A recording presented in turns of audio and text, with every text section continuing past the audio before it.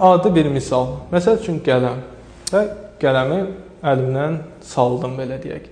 Burada olan hadisə keçdi, yəni qələm düşdü. İndi tutdum, təsəvvür eləyək, tutmadım, düşdü yerə, səs çıxartdı, sürüşdü, başqa yerə getdi.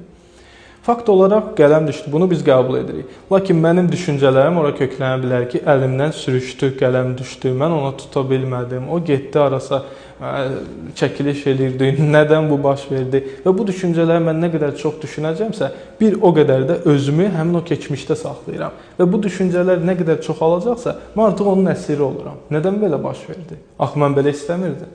Faktiki olaraq mənim qəbul etsəm, bu baş verdi və bununla bu bitdi, artıq mən rahat olacam. Yox, mən o düşüncələrə yer ayırsam ki, nədən, niyə və leksikonumuzda belə bəzi sözlər var ki, onu daha çox istifadə edirik. Kaş ki, vaxtım olsaydı, geriyə dönsəydim, yəni mümkünsüzdür. Bunu qəbul etmək lazımdır ki, keçmişdə müdaxilə etmək mümkünsüzdür.